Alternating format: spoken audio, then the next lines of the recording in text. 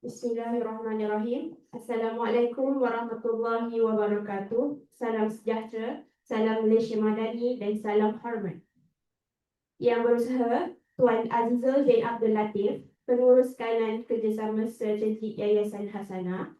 Yang berusaha Puan Raja Nurdiana binti Harun, Ketua Bahagian Rakan Strategik Yayasan Hasanah. Yang berusaha Dr. Lin Mui Kiang, Timbalan Pengerusi Persatuan Promosi Matlamat Pembangunan Lestari, merangkap President of Society for Promotion of Human Rights Proham. Yang berbahagia Profesor Datuk Dr. Denison Jayasooria, Profesor Kehormat Kita UKM, merangkap Ketua Sekretariat APPGM-SDG. Yang berusaha Puan Nur Rahman Osman, Pengarah Eksekutif APPGM-SDG. Yang berusaha Encik Panya Seven Jaya Rahman, Pengarah Jabatan Solusi Dasar APPGM-SDG. Yang berusaha Dr. Wan Asiah Nurjannah binti Wan Ahmad Tajuddin, Timbalan Pengarah Jabatan Solusi Dasar APPGM-SDG. Yang berusaha Dr. Usha Kanagaratnam, Pakar Rujuk Multidimensi Poverty Index. Yang berusaha Dr. Nur Fatihah Tajul Arifin, Pegawai Dasar Jabatan Solusi Dasar APPGM-SDG, para jemputan serta hadirin yang dihormati sekalian. Indah melati di tepi laman, harum wangi penyeri taman. Selamat datang para budiman ke majlis ilmu penuh wawasan. Selamat datang ke Sesi Wacana Ilmu, MPI dan Pembangunan Negara serta Pelancaran Buku Wajah-Wajah Kemiskinan. Alhamdulillah, marilah kita bersama-sama memanjatkan rasa syukur kehadirat Allah kerana dengan limpah rahmat dan izinnya kita dapat berhimpun pada petang ini bagi menjadikan program yang amat bermakna ini.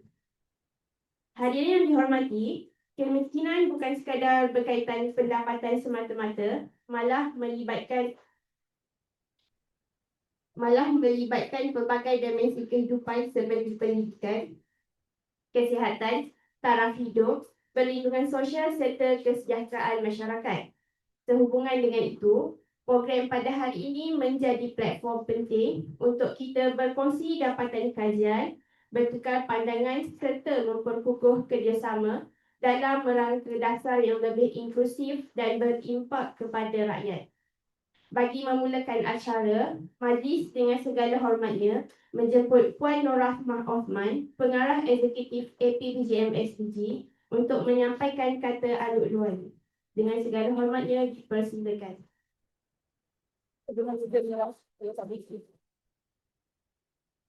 Bismillahirrahmanirrahim. Assalamualaikum warahmatullahi wabarakatuh. Saya minta izin untuk guna meja ni lah, so I can put my book here. Anyways, okay kan semua, saya hari tu bila Pani share program pukul 2:30 kan, lepas lunch. Are you all okay? Semua dah makan lunch? Sudah? Tak ada semangat lah. Kita punya sesi pada hari ni. But anyways, yang saya hormati Datuk Denison, Dr. Lin, Usha, our friends here, our friends online, Puan Raja, Tuan Azrul daripada Yayasan Hasanah dan semua rakan-rakan yang hadirkan diri untuk sama-sama dengan kita pada hari ini. Welcome once again to our program Sesi Wacana Ilmu berkenaan MPI dan juga Pembangunan Negara. Cuba masuk. Kita pun akan ada satu pelancaran lah hari ini, satu buku kita. Sebelum saya pergi dengan lebih lanjut, izinkan saya untuk buat satu revisit in terms of the timeline, history of our MPI work lah with APPGM-SDG. Sebenarnya MPI kita ni dah bergerak sudah sekian lama lah. Saya kira tahun 2023-2024 macam tu, we started off with Cik Debbie. Some of you may know her. She was with our team before. Bila mana dia mulakan gerak kerja MPI dan kita juga, okay, ni buku yang kita buat ketika itulah yang kita keluarkan pada ketika itu bersama-sama dengan Puan Debbie. That's the first level of our MPI work where we first started with APPGM-SDG MPI punya gerak kerja lah. Then we expanded with Indian families, dan kita juga pergi ke, I think, Patah Jelutong. Mana Atirah did some work through the MPI in Patah Jelutong. Jadi bermula daripada tahun itu sampai sekarang, saya kira banyak proses telah pun terjadi in terms of refinement, improvements in terms of the methodology, instrument, questionnaire dan sebagainya lah untuk kita sampai ke tahap ini. Dan alhamdulillah melalui inisiatif intervensi dasar, melalui kerjasama strategik dengan Yayasan Hasanah, we were able to actually execute another solid and impact MPI work lah through this initiative. So I just would like to take this opportunity to actually untuk ucapkan setinggi-tinggi penghargaan kepada panel dan pasukannya. Dr. Jannah, boleh bangun sikit Dr. Jannah untuk kita punya gerak kerja. Dr. Jannah, Dr. Atira, bangun. Dr. Fatihah, sering boleh bangun juga yang terlibat dengan kita punya MPI work setakat inilah. So ini adalah wajah-wajah yang bertungkus lumus, wajah-wajah tiga, wajah-wajah bertungkus lumus di pihak APPGM-SDG. Thank you so much for your extremely great work in this area. Dan juga our LCs on the ground of this MPI work, we have to acknowledge the hard work. We have done the MPI in 55 kawasan parlimen, I think, to come up with the full report. We are bringing two main books lah. Satu adalah yang kita akan munculkan pada hari ini, wajah-wajah kemiskinan. Ini adalah built-in daripada kita punya satu sesi bersama dengan LC, di mana kita minta mereka untuk membuat satu refleksi daripada dapatan, first level of reflection from dapatan MPI sendirilah di kawasan-kawasan yang mereka telah jalankan MPI. So that would be the first book. The second one, of course, it would be the main report of MPI. Ini lebih kepada all the nitty-gritty lah, the detail, the calculation, the statistic dan sebagainya. So once again, terima kasih kepada pihak Yayasan Hasanah for the possible funding for us to look and take on this initiative. Saya kira di pihak APPGM-SDG, what actually inspired us to take on this MPI work adalah because of our experience on the ground. Since 2020, kita di lapangan, jadi kita nampak sedikit gap ataupun kekangan antara report-report yang dikeluarkan sama ada oleh pihak kerajaan dan pihak-pihak tertentu yang menjalankan gerak kerja MPI versus realities on the ground. Itu yang saya kira memberi inspirasi kepada kita untuk we have to really do this lah, to capture maybe in different perspective, different areas. And I think we have gone a bit far from what our government is working on lah. In terms of the dimension indicators and so we're using some extra dimension in our MPI work. So that would be the reason why we are actually doing this initiative, MPI initiative. I just like to take this opportunity also to acknowledge and to give our greatest thanks to Dr. Usha. Boleh minta tolong? Dr. Usha. Dr. Usha, very humble person. She has been working with UNDP and Kementerian Ekonomi on MPI, national MPI work for so long. Dan beliau tanpa penat lelah, tanpa mengira penat lelah, time to time, has been backing, has been supporting, has been guiding our team for our report. So thank you so much once again. Saya awal-awal tu bila kita jumpa, I think we were connected to Debbie lah, with you kan. So she was saying a very good person. She was sharing, she don't want anything, she just want to do this with APPGM-SDG. So thank you Dr. Usha once again. Also to our LCs dan juga zone head, tak mudah proses untuk kita buat MPI studies di 55 kawasan with our evaluators and enumerators dan sebagainya on the ground. So thank you and congrats for coming up with the full reports. Walaupun on our part, of course, in terms of editing dan sebagainya, macam-macam perkara yang kita perlu telitikan, but you guys manage to deliver. So congrats. Harapan saya jelas untuk perkara ini. Saya harap dari pihak APPGM-SDG, we are publishing this, we are providing these new inputs. So hopefully we can actually present this to our government. So in a way we can complement them in the process lah, for better improvement and betterment of the people in Malaysia lah. So terima kasih banyak lagi sekali, of course, our Datuk Denison. I don't want to miss out also for his guidance and leadership to all of us. Terima kasih, dan to everyone else on the screen also. Terima kasih dan Assalamualaikum.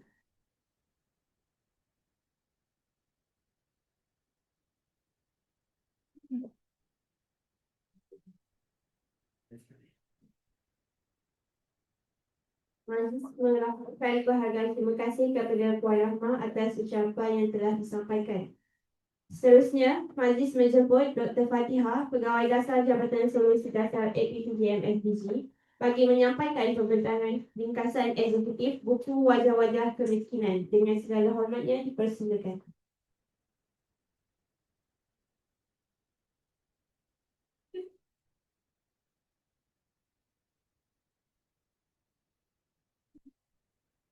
Assalamualaikum.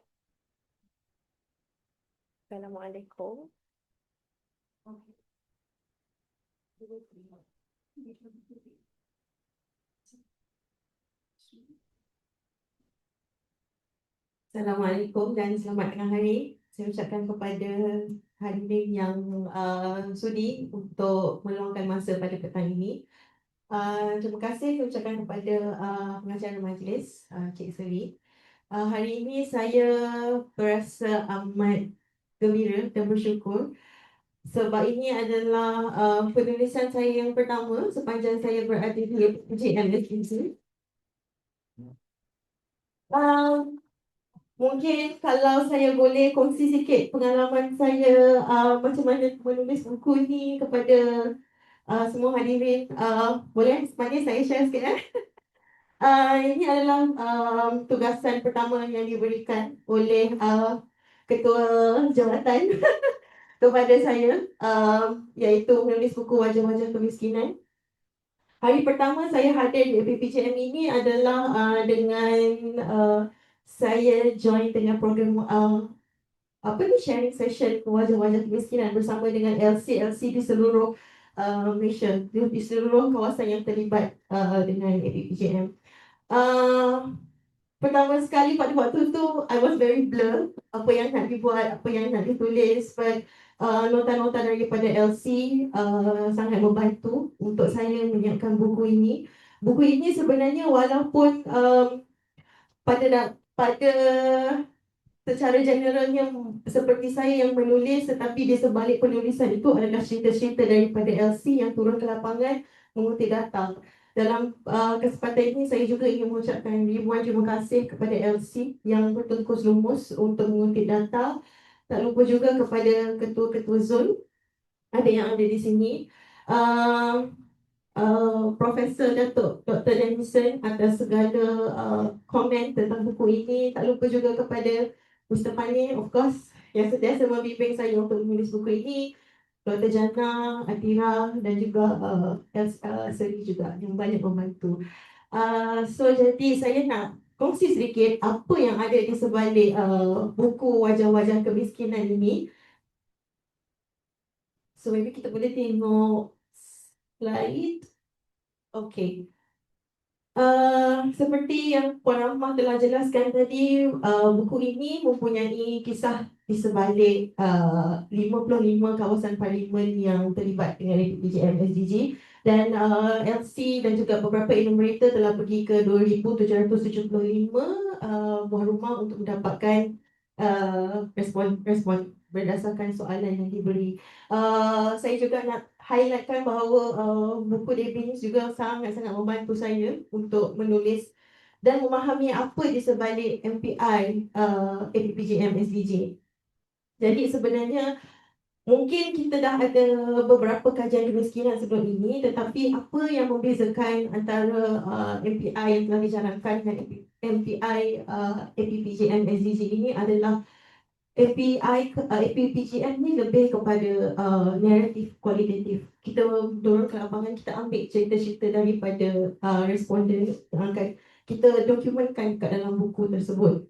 Pada asalnya saya sendiri pun melihat bahawa kemiskinan ini semata-mata berdasarkan gaji, duit yang mereka ada. Tetapi apabila saya terlibat dengan penulisan buku ini, saya terlibat dengan MPI APPGM-SDG, barulah saya ada pengetahuan baru, iaitu kemiskinan bukan sekadar kekurangan kewangan.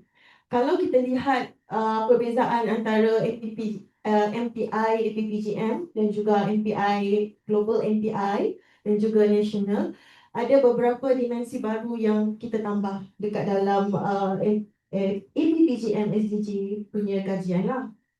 Jadi kita ada tambah sedikit dimensi yang lain, iaitu perlindungan sosial dan kesepaduan sosial. Kalau dibandingkan dengan global MPI, iaitu mereka hanya menginkludkan dimensi kesihatan, pendidikan dan taraf hidup. Jadi kita tambah dua lagi dimensi yang baru. Dan seterusnya, ini adalah 5 dimensi MPI APPGM-SDG dan kami telah meletakkan 27 indikator: pendidikan, kesihatan, taraf hidup, perlindungan sosial dan juga kesepaduan sosial dan keselamatan. So jadi seperti yang saya cakapkan tadi, kemiskinan itu bukan hanya bergantung kepada kewangan semata-mata dekat dalam sesebuah rumah, tetapi juga termasuk pendidikan, termasuk juga taraf hidup, perlindungan sosial, kesepaduan sosial dan keselamatan, juga kesihatan. Berdasarkan daripada dapatan yang telah kami jalankan, iaitu kita ada 4 kemiskinan, maksudnya kemiskinan ini berbeza-beza daripada sesuatu kawasan. Kita telah membahagikan beberapa kawasan: bandar, pinggir bandar, luar bandar, pedalaman dan juga pulau. Dari sini, dapatan ini kita dapat mengetahui bahawa kemiskinan itu kita tidak boleh pukul sama rata. Maksudnya bukan one size fits all. Setiap kawasan mempunyai deprivasi sendiri, mempunyai kemiskinan yang tersendiri. Kalau kita lihat di bandar, kita juga menerima satu dapatan, iaitu kita ada satu krisis infrastruktur di mana kepadatan flat PPR memberi kesan kepada penduduk-penduduk di bandar. Berbeza pula dengan kawasan di pinggir bandar, di mana kita dapat mengetahui bahawa masalah di pinggir bandar ini berbeza dengan penduduk yang berada di bandar. Kalau di bandar mengalami masalah kepadatan flat PPR, di pinggir bandar mereka mengalami perkara yang lain, seperti contoh pengurusan sampah.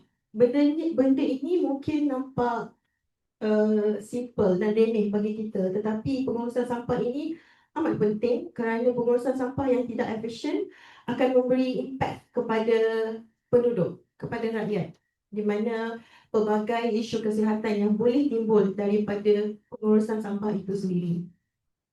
Kalau di luar bandar pula, isu lain yang dapat di capture daripada itu seperti masalah pengangkutan. Sebab penduduk yang berada di kawasan pedalaman, terutamanya di Sabah, mereka terpaksa menanggung kos yang tinggi untuk keluar mendapatkan rawatan. Dan kalau kita berdasarkan dapatan ini, mereka perlu menyediakan kos mencecah RM1,500 semata-mata untuk mendapatkan kos rawatan untuk ke bandar. Dan ini adalah antara ringkasan analisis yang kita dapat daripada program MPI kami.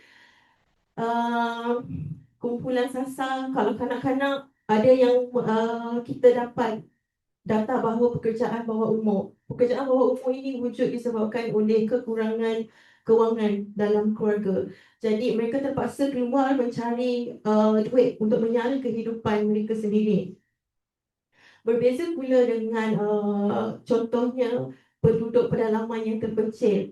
Mereka terpaksa mengalami deprivasi infrastruktur asas. Ada kalangan rakyat di Sabah yang masih lagi tidak mempunyai bekalan elektrik kerana kedudukan geografi yang berbukit-bukit itu menyebabkan sukar untuk mereka membina grid elektrik di sana. So jadi masih lagi terdapat kisah-kisah seperti ini di dalam negara kita, walaupun kita rasa macam sebab saya tidak berada di tempat mereka. So bila saya menjalani menulis buku ini, cerita ini, baru saya dapat pengetahuan tentang itu. Rupanya walaupun saya hidup dengan selesa, mempunyai ada segala-gala kemudahan, tetapi masih ada golongan-golongan yang kurang bernasib baik yang berhadapan dengan masalah ini. So jadi 3 refleksi utama daripada dapatan kajian ini adalah keperluan kerangka tempatan, pengembangan kepada 27 indikator terbukti berjaya mendapatkan data yang tersirat. Maksudnya bukan hanya semata-mata berdasarkan pendapatan.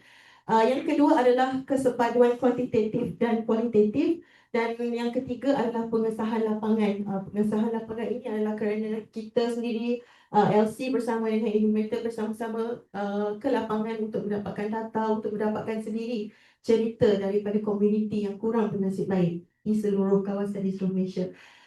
Jadi itu saja daripada saya. Terima kasih sekali lagi saya ucapkan kepada semua yang berhadir pada petang ini. Sekian. Wabillahi taufiq wal hidayah. Assalamualaikum warahmatullahi wabarakatuh.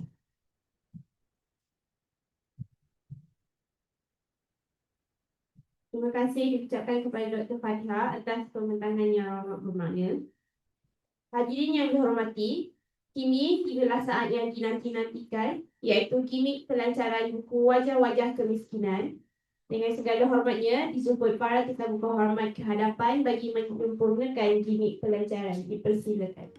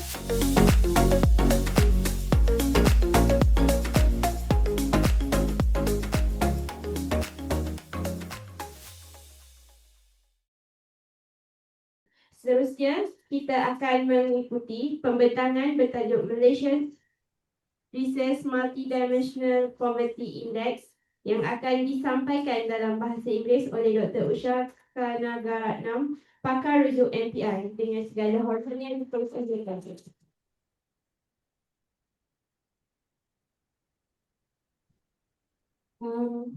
So usually my voice is really loud and people don't give me the mic, but okay, so I guess I have to use the mic. It's reassessed. Why is it reassessed MPI? That's because we cannot call it revised until we have computed using the national survey, which is the household income, expenditure, and basic amenities survey. And because we have got new variables, it's being fielded in 27-28. So until that job is done, then we will use the word revised. Until then, it is reassessed because it gives you the space to make revision right to the point you've done it with that large scale survey data. So that's the reason why uniquely this whole process, we've continuously referred to it as a reassessed MPI rather than revised MPI. So this work, which is the very reason why I'm back in Malaysia, I was brought back by the ministry to focus on revising the National Multidimensional Poverty Index. Previously, I used to work with many governments based in Oxford, and I was also working on the global measure. But when the Ministry of Economic decided that they want to revise this measure, they asked, Usha, could you step in? Could you take on a lead on the technical work? And it was a natural yes. Being a Malaysian, I said, indeed, I want to be very much part of the process. So I've been brought back for 2 years to focus on this. The work started in 2022, but I was brought in 2025 when the technical phase started.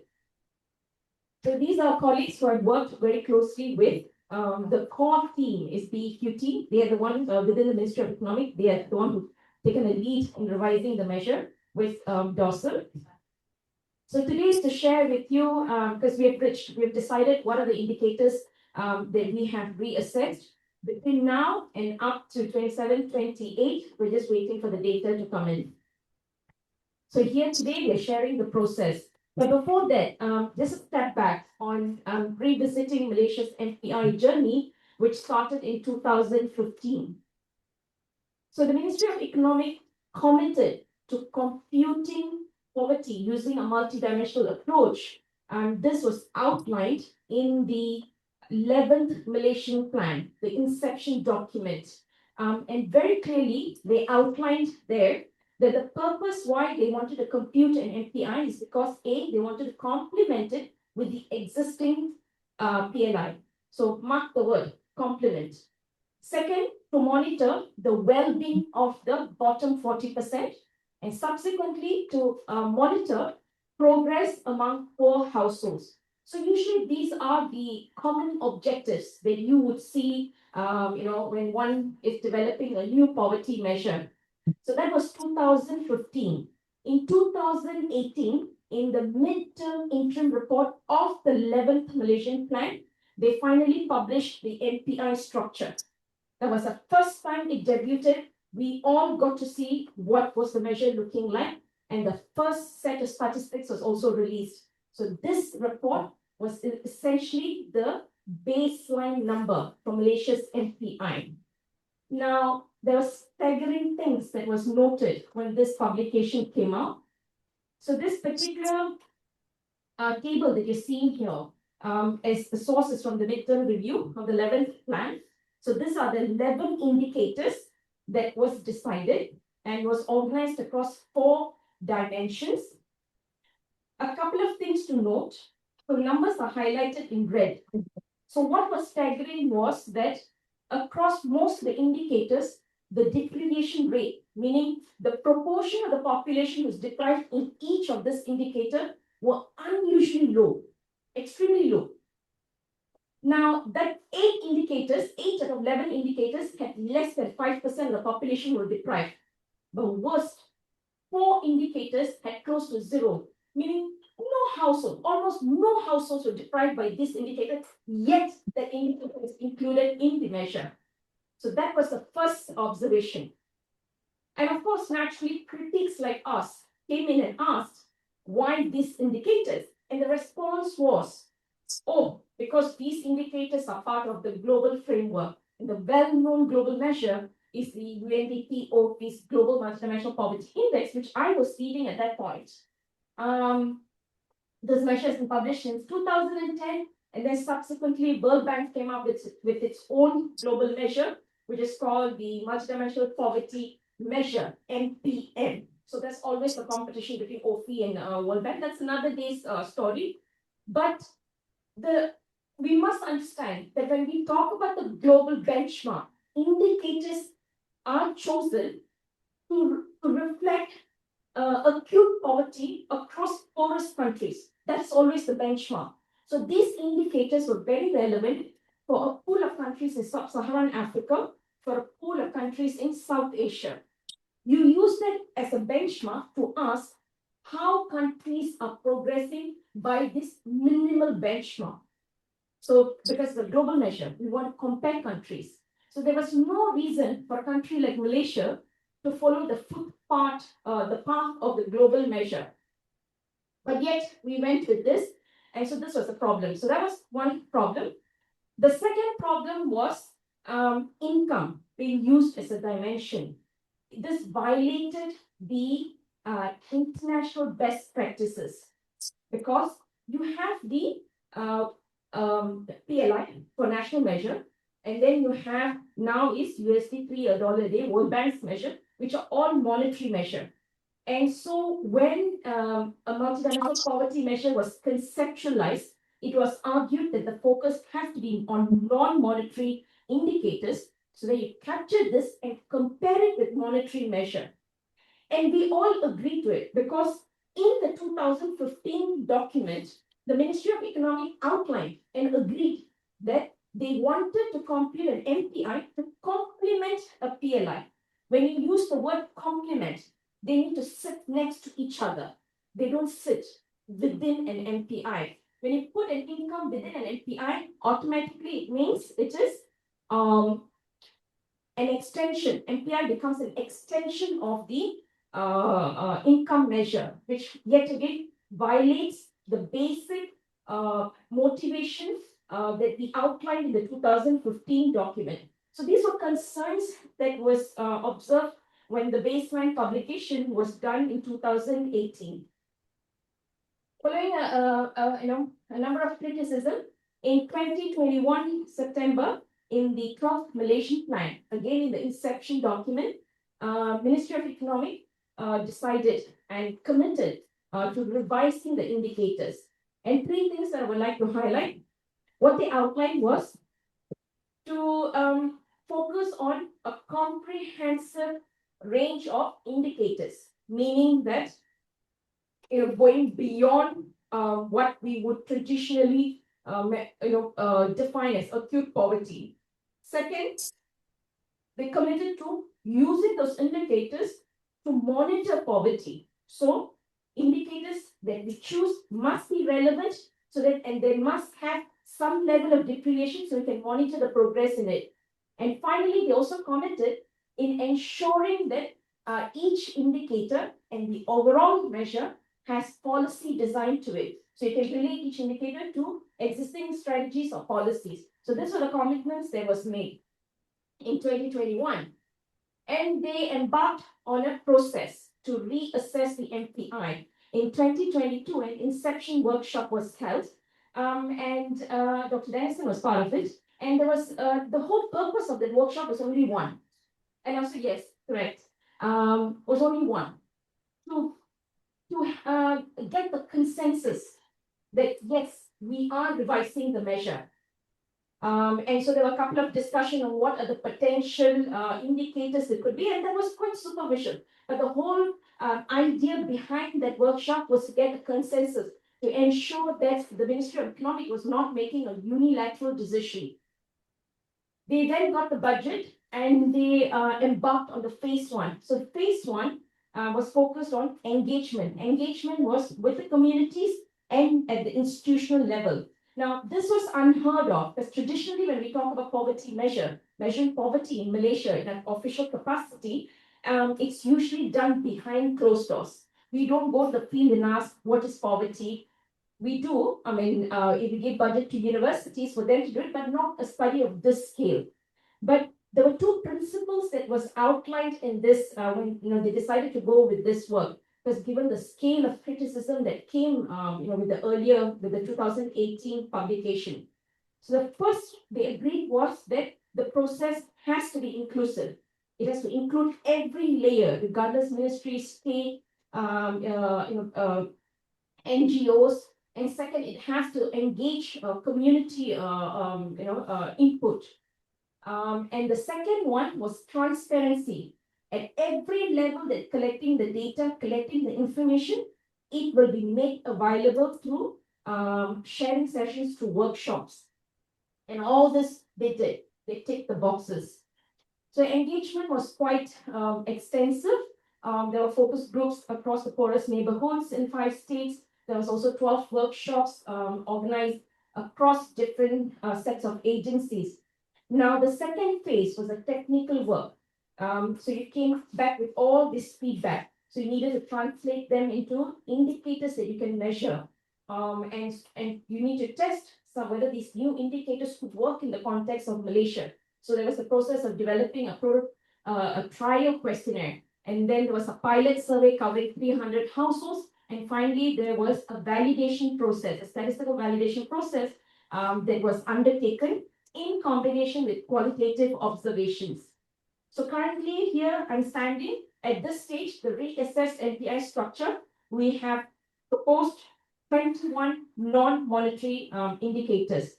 So at this point, I would like to emphasize on 2 principles for the reassessed MPI. And that particular principle will not change. First principle is the indicators of the reassessed MPI is strictly are non-monetary, are defined as non-monetary indicators. And in fact, all indicators that make up the reassessed MPI the data to construct it will only come from the basic amenities module of the HIES. No variables will come from the income or expenditure component as well. Why? Because we want to prevent bias. So that job has been done. So that's the first principle. The second principle is that what was the second principle? One was income and the other one was, I'll come back to that. So we went to the field, we collected feedback from communities, and also we went through several institutions. And now in the technical phase, we have the job of translating feedback of hardships that have been shared from various, from the ground level into indicators. So these are a couple of examples that I've put this. And often what I've noticed is that this process is undermined. Now, this process cannot be done one individual person. I may be an expert, but I'm not an expert to that extent, understanding the voices of communities. This sort of work needs to bring in people from all levels of expertise, young to senior, from different range of expertise, different backgrounds. I'll give you an example, right? So one of the things that came here was stress comes from not being able to afford a simple home and basic needs aren't met. So one person said, oh, we must measure stress. But another, when you bring in a wider group, they say, look, stress is not the underlying problem. It's an output. The underlying problem is the fact that they don't have a home ownership. So that is what we want to measure. So when you do it as a single person, when you involve in this process, you get very different outcome. But when you put together a group, then you see different things emerging. And I think I learned that from the 2026 January workshop by APPGM-SDG, Faces of Poverty, with 50 local coordinator, LCs, who came into this room and shared their feedback. Nothing is more powerful than that, because you often go to the ground, and what happens is we collect this wealth of data, we come back and we quantify the data, missing the human element in it. And so such workshops become a reminder to us that how important it is to translate some of these things, which looks easy on this frame, but it takes weeks to do this. And I think that sort of workshop is a foundation for this sort of output. And so I think you all are placed strategically to promote such work. So from that particular process, from the participatory process, we identified 48 potential indicators. The indicators that are highlighted lightly in green, these are the ones that have gone into the reassessed indicators. So 21 of the 48 is the one that went into the latest reassessed MPI at this stage. And the rest had to be dropped. We'll come back to why it had to be dropped. But this is to give you a range of how we started. And the underlying process, I mean, it didn't come, out of magic, to us. This was informed through rigorous participatory process. Went through the communities, and then you got through the ministry, state level representatives. APPGM-SDG was part of the process. Kazana was part of the World Bank. A lot of the local-based UN agencies, they came back. We asked them what indicators should be part of the revision process. Why this should be part of it. For the communities, we ask them what is welfare to you? What is well-being for you? What is ill-being for you? What makes you happy? What makes you unhappy? And so these things were taken in and then they were translated. So this defined the phase 1 work, which is the longest. And actually, time must be spent on this. You rush this work, trust me, your foundation is weak. Today, we can confidently go out there and say, this is it, this 21 indicators, solid. Why? Because our foundation was good. And so don't miss on that foundation. And I think that's the great appreciation that I have for the group in here, because their foundation work is solid. Now, of course, then comes the difficult part, which is everything that comes out of the field cannot be measured and should not be measured. Any attempt to do that, some things cannot be measured genuinely. And if you force and do it, it amounts to statistical fallacy, and you don't want that. Now, this takes expertise and experience. And so this is the part where I was brought in. So just to give you an overview of the technical process, as I said, we started out with 48 indicator options. Out of the 48, only 34 indicators was piloted. What do we mean by piloted? It means that all the data that is required to construct those indicators went into a questionnaire, and that questionnaire was piloted. Now, our questionnaire was no ordinary questionnaire. We took the 2024 full-scale 2024 HIES, Household Income Expenditure and Basic Amenities Survey, 100%. And on top of it, we added 50 new questions.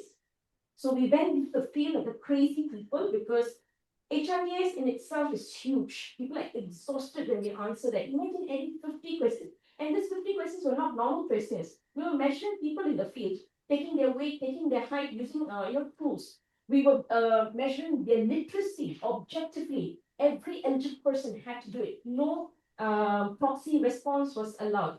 And so what happened was that for each household, of course, you can't get the person in one round.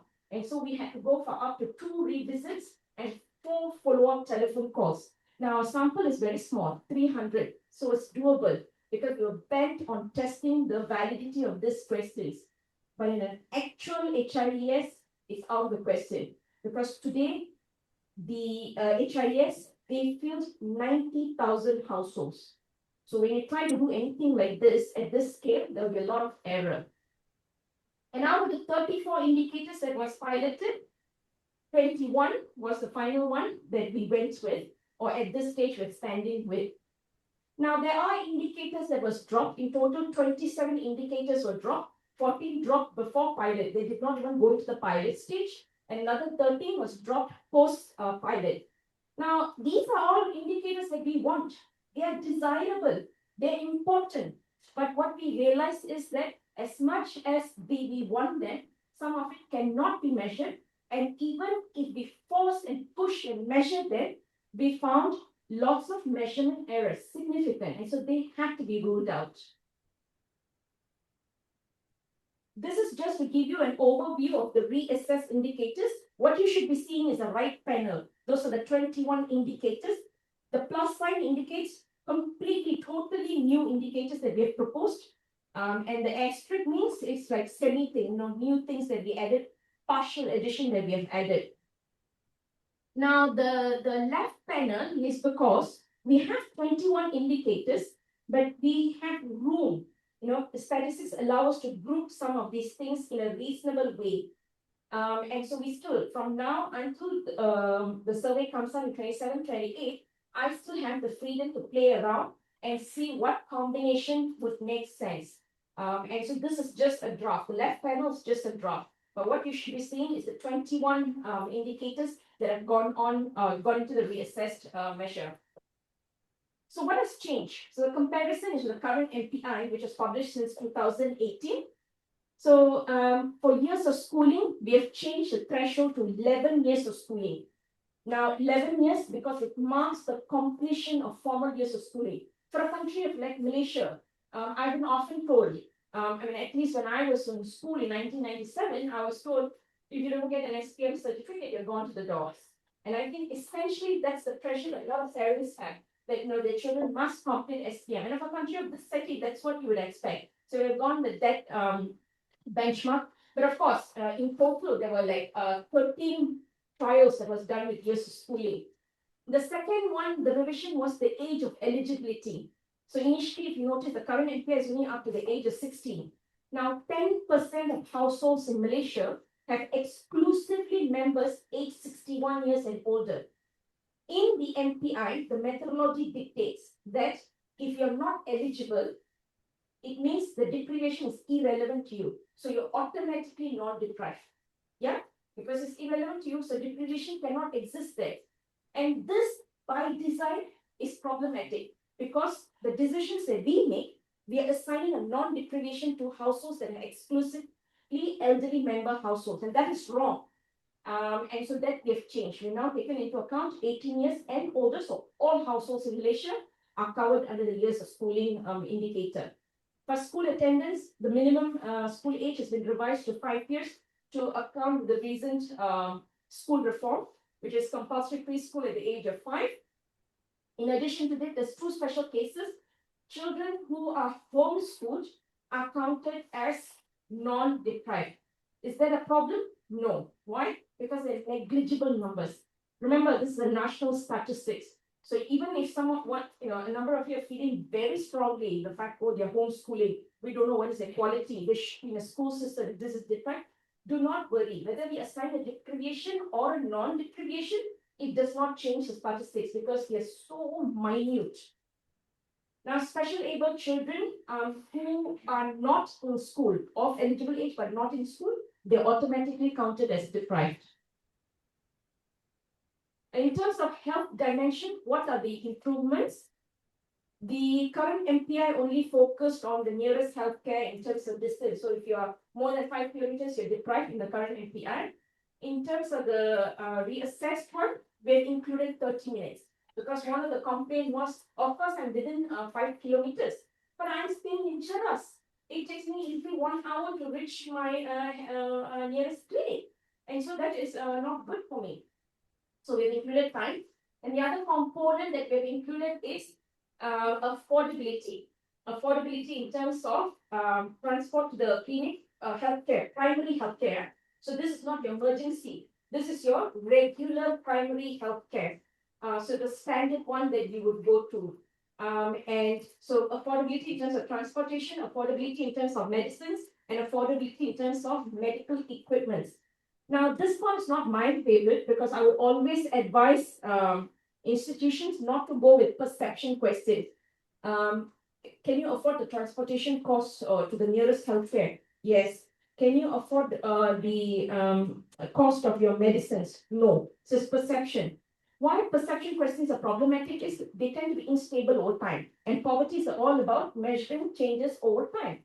And so it could be that today I'm very angry with the government because they changed some medication. I was usually getting some, some sort of standard medication, and now they're giving me prototype medication. So I'm really angry with them. And so in this survey, I'm going to say, Even though it's affordable, I'm going to say it's not affordable. So that is the danger of perception.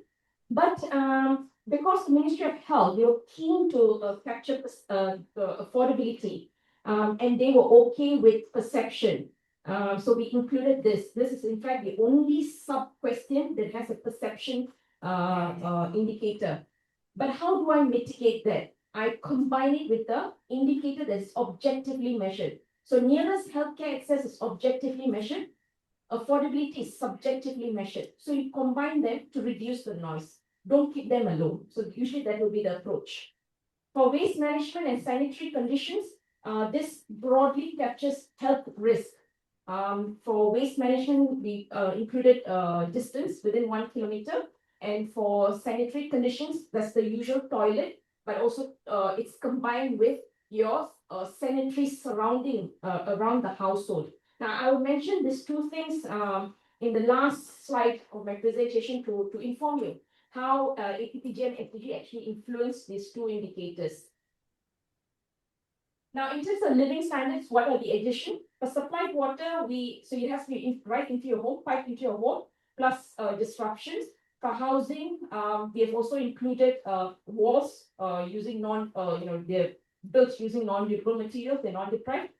Overcrowding is become a child-sensitive indicator. So it's not the usual, if there's more than 2 members in a bedroom, you're deprived. Rather, we've taken into account the needs of young children. So if you're between the age 6 to 18, opposite sex, you don't have sufficient room, then you'll be considered as deprived. And this is something that should have been done quite long back. So most OECD countries will use this as a definition. For digital connectivity, we have included additional devices plus internet connection. Internet connection, it has to be fixed line. If you have mobile data, it doesn't matter, because the conceptualization of this indicator is for work and school. So you need stable connection. We have introduced a new indicator, which is disaster. And why is it disasters in the last 2 years? Because it has to capture within the period of the surveys. HIES is implemented within the time frame of the 5-year Malaysian plan. So usually at the start of the Malaysian plan, 1 round goes, and then in the midterm, another round goes. So usually the gap is on average about 2.5 years. And we don't want to capture disasters that are earlier, because here the idea is to capture the ones that are more recent, and so this doesn't become a stop variable. Now, in terms of income, so previously it was income, now we've replaced it with financial security. Why? Because the focus is on non-monetary indicators to complement the PLI measure, and this is in line with Atkinson Commission 2016 report, where he recommended that, which is a commission that was commissioned by the World Bank, and he said the commission recommended that PLI and MPI, they need to sit next to each other, and you need to see what are the overlaps and the mismatches. And so that is the reason why we have also gone with these international practices. Now, employment, social security, savings, these are indicators that are being used to define financial security, but these are new indicators. And so, of course, there needs to be additional tests done with the upcoming HIBAS data. Now, for savings, for example, no member has savings of minimum 2,000. How did we come up with that benchmark? So this follows the Bank Negara benchmark, which says that minimum savings is conceptualized as emergency fund. And so there they have said that Malaysians should have, working age Malaysians should have minimum 1,000 ringgit to manage emergencies, like, car repairs or, small scale health issues. And so what we have done is we've taken the average income earners within a household, which is about 1.8, and times it with 1,000. And so that gave us a household level measure. Because Bank Negara's one is per capita, and ours is a household one. And also the question for indicators within this dimension, because it's new, is should we combine some things or should we keep them as individual indicators, separate indicators? Because, for example, savings is defined, as emergency fund, whereas owning a property, which could be home, land, or building, is a long-term financial resilience. So conceptually, they're different things. But these things, we can only test these things in a large-scale survey, because the pilot survey that we had, 300 households, very little variation, because we went to very poor neighborhoods. So you can't do this sort of test to determine whether they should be grouped or whether they should be kept independent. But that's fine, because at this stage, we know these indicators are going to be part of the reassessed MPI, but in what shape is a question mark. Now we talk about indicators that were dropped. So a couple of indicators were dropped, 14 indicators were dropped in the pre-pilot stage. And the reason, for example, child and elderly malnutrition, subjective well-being. The reason for this is because EBUS is a large-scale survey. The enumerators are not trained healthcare workers. So to collect health-related, which is a sensitive matter, you require healthcare workers, and that is well beyond HIES budget. And even for us, we did, anthropometric for adults. It took a bulk of the budget that we had. Now, water contamination is important. It has come up across the focus group discussions. It has come out in sessions with APPGM-SDG. But we need to be very practical about this, because when you talk about water contamination, it must be tested. And there are tools that are being used to test this. Mixed multiple indicator cluster survey does that. But to take those tools and adopt it into HIES, which is primarily a survey that is focused on income and expenditure. So the income and expenditure is so detailed. So imagine then putting the test inside here. It's not practical, because it means a survey that is done at the household level for 3 hours on average now will be extended to 4 hours. How many households do you all think would agree to that? And so we'll have very high non-response. So there must be a trade-off. When you come for a national work, there must be a trade-off. But the job is to explain what is the trade-off and be transparent about it. Things like environment pollution, finding a question that was, a standardized question was impossible. Asking households how much jewelry you have is just unheard of. Questions on physical assault, sexual assault are too sensitive for you to go and ask within a household. And often if you ask, they're not going to tell you. So these things, we knew that while they're good indicators, but for a large-scale survey, they're not practical. So they were ruled out from the pre-pilot stage itself. And this is not us making the decision. We draw experiences from other surveys, like DHS, MIX, Susanna's, IFLS, where we draw from their documents, and then we see what could apply within the HIS questionnaire. For indicators that were dropped in the post-pilot stage,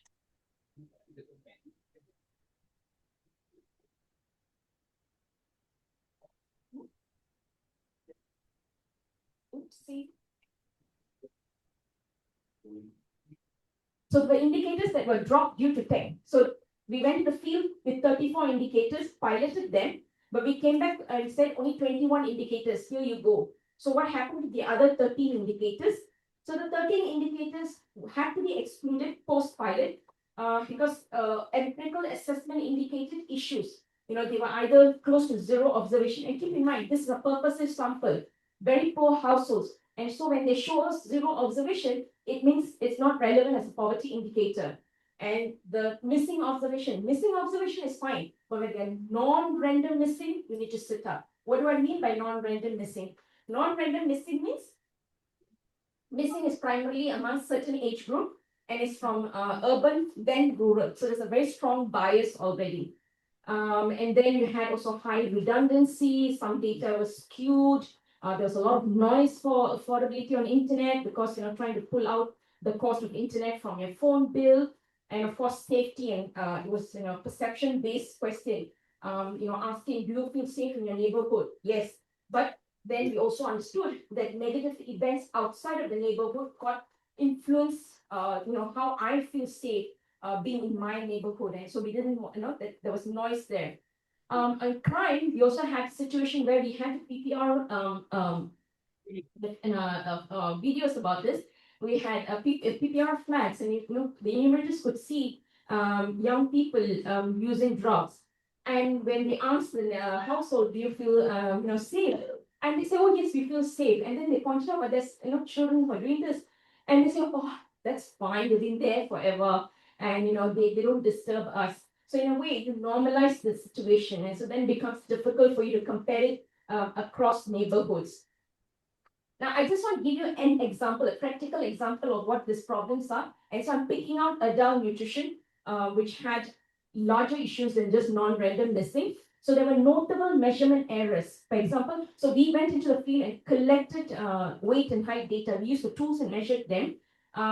So only 374 out of 537 eligible people provided measurement. So that's roughly about 30% non-response, very high. And what happened was that we found this pool. So it's just a simple scatter plot. It shows this, the one on the right panel shows a pool of observation that was unusually short and heavy than what the pattern would predict. And the reason why this could be is because instruments that we used were not calibrated correctly, or as an enumerator, I take the height of the person or the measurement of the person, let's say a weight measurement, it was maybe 74.4. I'm generous. I'm like, oh, you're 74. So I round it, which you should never do in an anthropometric measure. Data entry errors, instead of 79.6, you put as 76.9. And so this could explain the sort of weird pattern that you're seeing. Why is it important for me to show this? Remember, this is only a very small sample that we're working with. 16,000 households will have at least one member who's between the age 15 to 49. This is the group that we measured. And imagine the kind of noise that the data would carry. And so that is at this stage, we can confidently rule out, never ever include anthropometric measure inside a survey such as HIES. But more importantly, that is just measurement errors. HIES sampling frame doesn't allow you to measure individual subgroup. Because it's got to do with their sampling weights and more technical criteria. So when I came in, I said, no, we can't include anthropometric measure because of the sampling frame limitation. But many of our colleagues didn't understand that. And they pushed for, measurement to go into the survey. And so I'm glad that we did that, because then we could use information such as this, evidence such as this, to justify why it should never be done in a survey like HIS. It's different for APPGM-SDG, because you've got very focused survey. And so you can do it, if you have the right training and the right tool to do it. So this is some video of evidence of how things went wrong in the field, because we did some spot checks and took pictures. So for example, when you're looking at the scale, you look straight. You cannot look down because you're shifting your body position.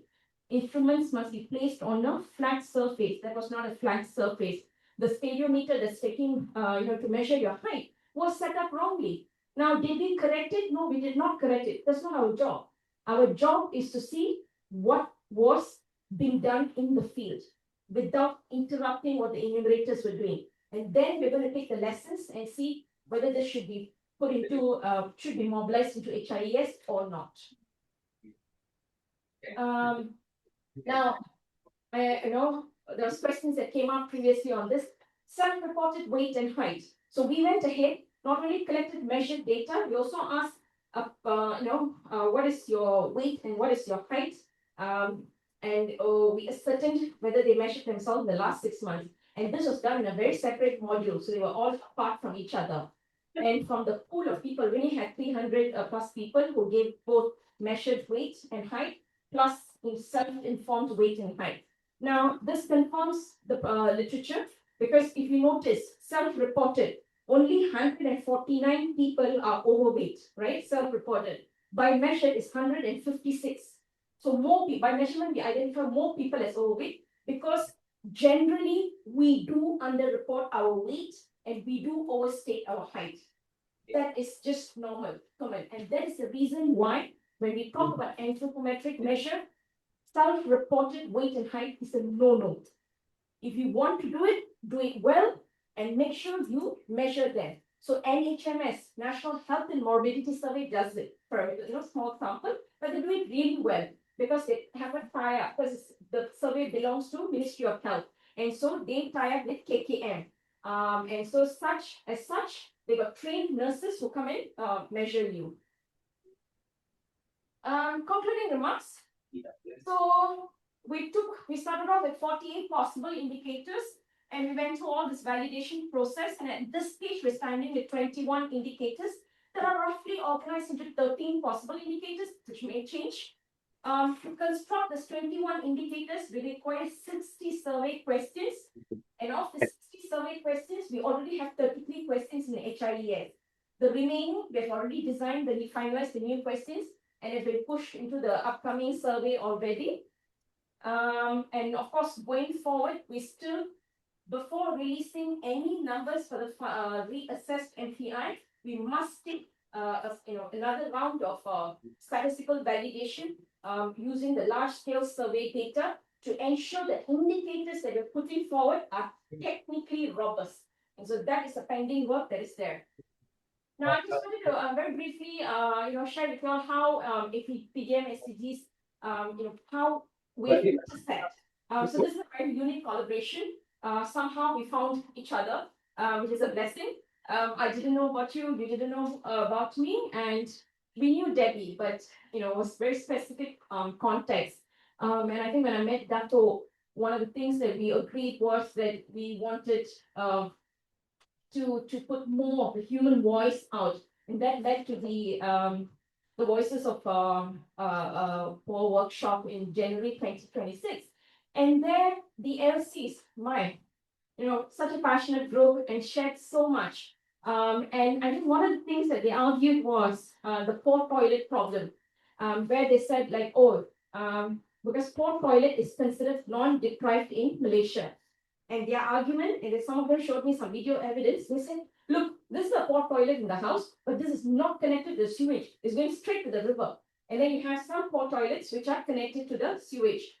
And so when I joined the project, I kicked out toilet. The reason why I kicked out toilet is because in the national survey, less than 1% households are deprived in sanitation. There's no reason to keep it.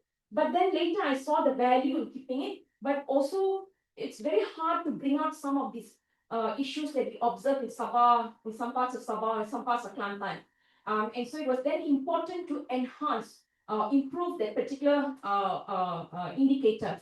So the problem is, if you're using flush toilet, but it's not connected to the sewage, you're considered non-deprived because it's flush.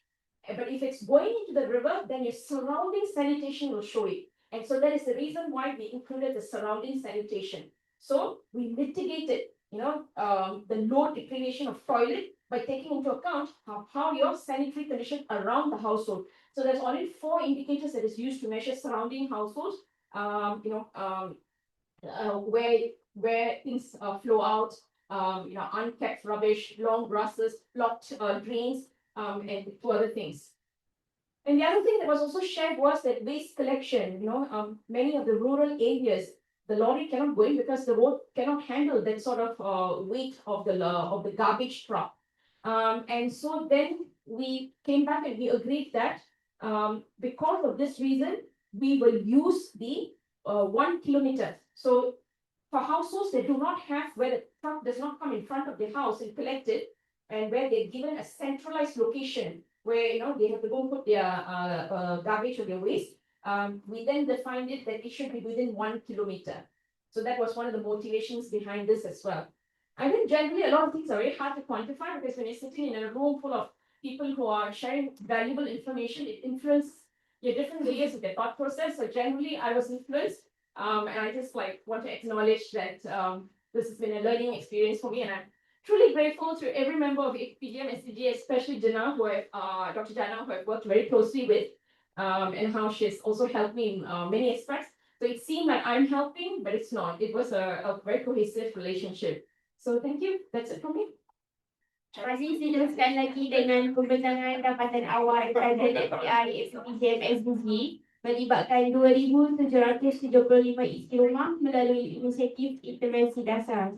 Untuk itu, dipersilakan Dr. Wan Asiah Nurjannah, Timbalan Pengarah Jabatan Solusi Dasar APPGM-SDG untuk menyampaikan pembentangan. Dengan segala hormat yang dipersilakan.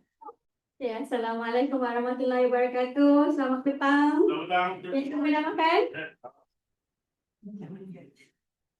Okey, Jadi sesi saya pada hari ini, saya membawa tugas yang sangat beratlah bagi saya kerana saya membawa dapatan daripada kesemua LC-LC yang terlibat dan juga mereka yang terlibat dalam rangka kerja projek ni daripada mula sehinggalah ke masa kini lah. Jadi apa yang saya akan bentangkan adalah berkaitan dengan dapatan awal daripada kajian ini.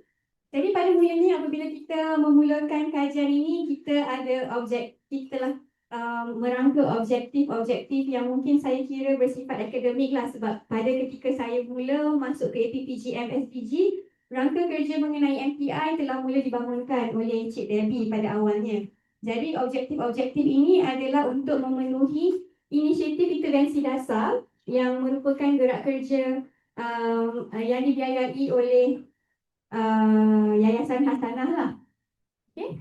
Jadi objektif yang pertama adalah kita nak jalankan kajian kemiskinan multidimensi di 55 kawasan parlimen di Malaysia, dan kita nak mengenal pasti kekurangan dalam 5 dimensi, iaitu pendidikan, kesihatan, taraf hidup, perlindungan sosial, serta satu lagi dimensi iaitu kesepaduan sosial dan keselamatan di 55 kawasan di seluruh negara. Dan pada ketika itu kita juga ingin menganalisis dan juga memperincikan dapatan tersebut mengikut wilayah dan tipologi penempatan. Sebab kita nak go through local context, kita nak kaji tentang kawasan bandar, kawasan luar bandar dan kawasan pedalaman jugalah. Pada mulanya kita mula membahagikan kawasan kepada bandar dan luar bandar sahaja. Tetapi setelah pelbagai perbincangan dijalankan di dalam APPGM-SDG, kita merasakan bahawa kawasan pedalaman adalah satu konteks kawasan yang perlu juga dikaji di dalam MPI tersebut. Dan pada mulanya kita nak disaggregate data ni mengikut jantina dan etnik, tapi setelah kita melalui beberapa proses, kita rasakan bahawa ini tidak sesuai dalam kajian ini, tetapi kita menelitilah persilangan dari segi naratif, dari segi kualitatif aspek berkaitan dengan jantina dan etnik. Okay? Terutamanya dari program Wajah-Wajah Kemiskinan lah. Setelah kita melalui pelbagai proses, pengkaji-pengkaji MPI di dalam APPGM, kita tanya sama sendiri, apa tujuan sebenarnya yang kita nak buat MPI ni? Sebab tadi kita cakap pasal objektif itu lebih bersifat akademik lah, tapi apa sebenarnya yang kita nak dapat daripada kita ada 2,775 households. Apa yang kita nak buat dengan data-data ini? Okay, jadi tujuan dia first, kita nak jadikan APPGM-SDG ni sebagai platform nasional. Okay, bagi nak menjanakan bukti, kita nak create evidence. So kita nak pastikan kawasan-kawasan parlimen ataupun mana-mana wakil-wakil parlimen ini mempunyai data-data yang berasaskan bukti untuk kemiskinan multidimensi. Kemudian yang keduanya, kita nak memperkukuh peranan APPGM-SDG dalam memperkasa tindakan dasar berasaskan kawasan parlimen, melalui parlimen dan kepimpinan tempatan. Okay, mungkin ada beberapa daripada anda semua yang tidak tahu apakah itu Inisiatif Intervensi Dasar. Okay. Inisiatif Intervensi Dasar ni adalah salah satu inisiatif di bawah APPGM yang merupakan usaha sama di antara APPGM-SDG dan juga dibiayai oleh Yayasan Hasanah dan Kementerian Kewangan, melibatkan 55 kawasan di seluruh negara. Kajian kemiskinan multidimensi ini merupakan salah satu sahaja daripada projek-projek ataupun inisiatif-inisiatif yang dijalankan di bawah inisiatif inilah. Kita ada juga pembangunan kapasiti bersama dengan ketua-ketua kampung. Kita ada pembangunan kapasiti dengan agensi-agensi di peringkat daerah.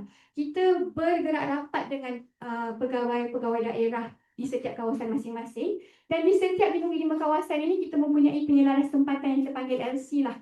So setiap penyelaras tempatan ini memang merupakan mereka yang duduk di kawasan tersebut. Paling jauh pun adalah 1 jam daripada pejabat-pejabat daerah. Jadi mereka lebih dekat dengan komuniti dan lebih memahami siapa yang mereka perlu approach untuk kita dapatkan data-data tersebut lah.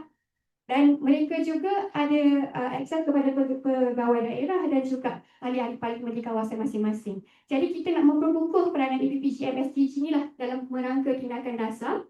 Dan yang ketiga, kita nak menyumbang kepada pembangunan yang berterusan mengenai pengukuran kemiskinan multidimensi ni. Maksudnya, walaupun perkara ini kita baru mulakanlah Kita boleh katakan kita baru mulakan, tapi kita nak melengkapkan MPI Kebangsaan Malaysia. Kita nak be part of the conversation. Jadi in the next in the future kita nak jadikan data-data kita ni sebagai basis kepada actions, community-based actions in the future lah, and also evidence-based. Okay.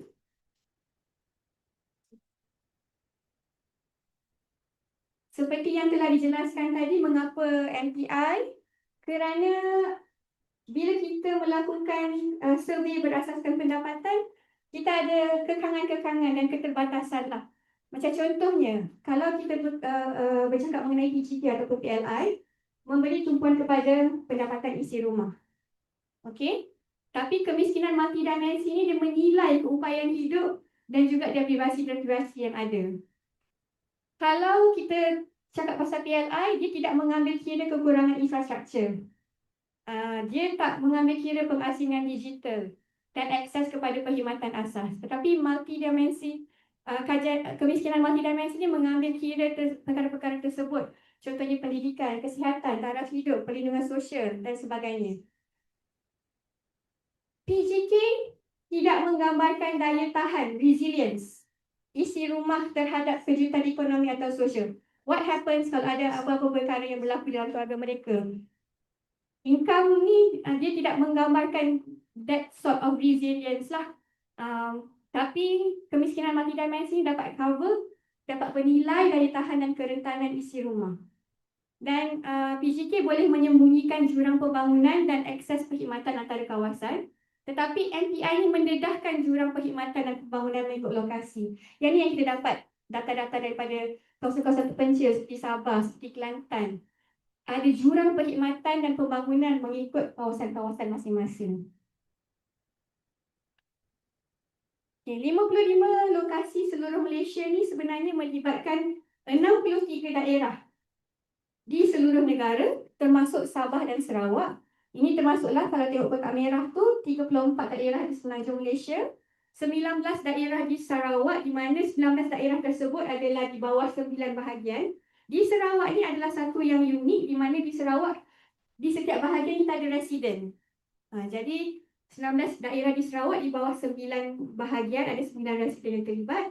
9 daerah di Sabah, dan bagi Kuala Lumpur, memandangkan Kuala Lumpur bukan satu daerah, tak ada satu, kita di BKL lah untuk 6 kawasan parlimen di bawah wilayah Persekutuan Kuala Lumpur. Seperti yang saya katakan tadi, apabila saya masuk ke APPGM-SDG, sebenarnya rangka kerja MPI ini sedang dibangunkan. Jadi pada awalnya bila saya masuk ke APPGM-SDG, walaupun dimensi dan indikator ni telah ada banyak yang telah ditetapkan, tapi ada banyak juga lah perdebatan yang berlaku dengan yang antara saya, Cik Debbie dan ketika itu Puan Nurul tentang dimensi-dimensi dan indikator yang sesuai. Kita tengok data-data antarabangsa, kita tengok data-data presiden dan sebagainya untuk kita dapatkan dimensi-dimensi dan indikator-indikator yang seperti yang tertera oleh yang tuan-tuan dan puan-puan boleh tengok lah. Okay, jadi kita punya dimensi adalah pendidikan, kesihatan, taraf hidup, perlindungan sosial dan kesepaduan sosial dan keselamatan. Dimensi-dimensi dan indikator-indikator ni sebenarnya data ni daripada kita punya proses pemetaan isu. Di APPGM-SDG, core work yang kita lakukan adalah pemetaan isu. Di mana setiap tahun kita akan pergi ke kawasan-kawasan yang terpilih untuk kita lakukan pemetaan isu dan kita dapatkan isu di kawasan masing-masing. Jadi semua dimensi dan indikator ni sebenarnya adalah consolidation ataupun combination daripada kesemua dapatan-dapatan daripada mereka yang telah menyelidik sebelum ini. Okay.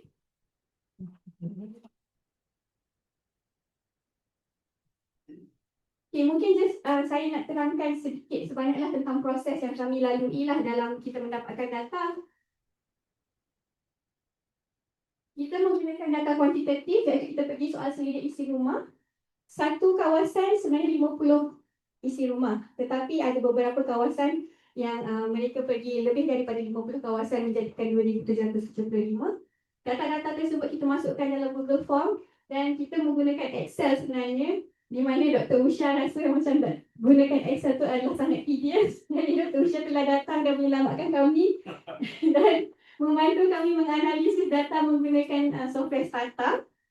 Dan di samping itu, di APPGM-SDG, kajian berbentuk kualitatif adalah salah satu perkara yang menjadi asas kepada kajian-kajian di APPGM-SDG. Jadi, untuk data kualitatif, kita dapatkan daripada pemerhatian penyedaran tempatan dan enumerator dan juga program wajah-wajah kemiskinan yang mana telah kita bukukan pada hari ini. Apa yang kami akan hasilkan daripada kajian ini adalah buku program wajah-wajah kemiskinan yang telah diluncurkan sebentar tadi. Kita akan ada laporan konsolidasi berkaitan dengan dapatan keseluruhan kajian dan juga laporan individu bagi setiap 55 lokasi yang dikarang sendiri oleh kita punya LC lah. Jadi proses pengumpulan data ni mungkin saya tunjuk gambar sedikit saja untuk memang LC pergi ke kawasan lapangan, ada pelbagai cerita yang mereka jumpa. Contohnya macam dekat gambar kat bawah tengah tu, ni LC kita ada kat sini pada hari Zaris. Dia telah berjumpa dengan keluarga yang mempunyai anak yang mempunyai penyakit microcephaly, hydrocephalus ada dan macam-macam cerita lah. Jadi yang menariknya, mengapa kajian kami ini berbeza dengan kajian-kajian lain adalah mereka yang menjalankan kaji selidik ini adalah mereka yang memang berasal daripada kawasan tersebut. Jadi mereka sendiri telah pergi berjumpa dengan ketua-ketua komuniti, di mana ketua kampung ataupun mana-mana ketua komuniti lah, untuk mereka dapatkan siapa yang mereka patut approach. Siapa yang mereka patut approach untuk dapatkan data-data kajian ini. Kita telah tetapkan bahawa kita melakukan proposal sampling di mana mereka yang kita pilih adalah mereka yang terlibat dalam kalangan B16 dari segi income. Tetapi kita pun juga faham bahawa B16 ini sebenarnya adalah satu yang susah untuk kita nak identify sebenarnya, sebab kita tak ada data yang menunjukkan orang ini dapat gaji berapa dan sebagainya. Jadi kita menggunakan ketua-ketua komuniti untuk guide LC ni ke rumah-rumah yang mereka rasa layak untuk kita pergi jumpa dan temu selidik lah. Okay, next. Next saya. Sorry. Okay. Minta maaf. Okay, jadi bila kita buat pengumpulan data, kita buat data sini. Selepas itu kita ada perbincangan mengenai pemberat. Okay. Ini Dr. Usha punya statement lah. Dimensional and indicator weights reflect the relative impact that the presence or absence of a deprivation has on a household's deprivation score and first on their identification as poor household. Jadi, kalau nak cakap lah pemberat ni, dia mencerminkan pengaruh relatif kehadiran atau ketiadaan sesuatu deprivasi yang akan menentukan skor deprivasi tersebut, seterusnya menentukan sama ada isi rumah tersebut miskin atau tidak lah. Okay, apa yang berlaku adalah untuk global MPI, kita selalu gunakan nested weights, amalan lazim, usual practice lah kalau dalam bahasa Inggeris. Kita menggunakan pemberat yang sama bagi setiap dimensi. So you can see 1/3, 1/3, 1/3. Pemberat yang sama bagi setiap indikator dalam setiap dimensi. Jadi kalau dimensi tersebut ada 2 ke, ada 6 ke, kita akan bahagikan sama rata dekat bawah tu. This was the approach yang kita gunakan pada awalnya. So pada peringkat awal kajian, kita macam Dr. Usha cakap lah, kita buat ni sebab kita based on global framework. Tapi setelah perbincangan, kita dapati bahawa bila kita buat macam tu, indikator-indikator yang penting akan jadi kurang dia punya weightage dia. Contohnya, dekat dalam dalam kita punya dimension indicators tadi, kita ada 6 indicators in taraf hidup, in kesihatan, in perlindungan sosial. Tapi kita ada 4 sahaja indicators di bawah kesepadan sosial dan keselamatan, which the indicators are more perspective based. Jadi and considered as quite weak indicators lah.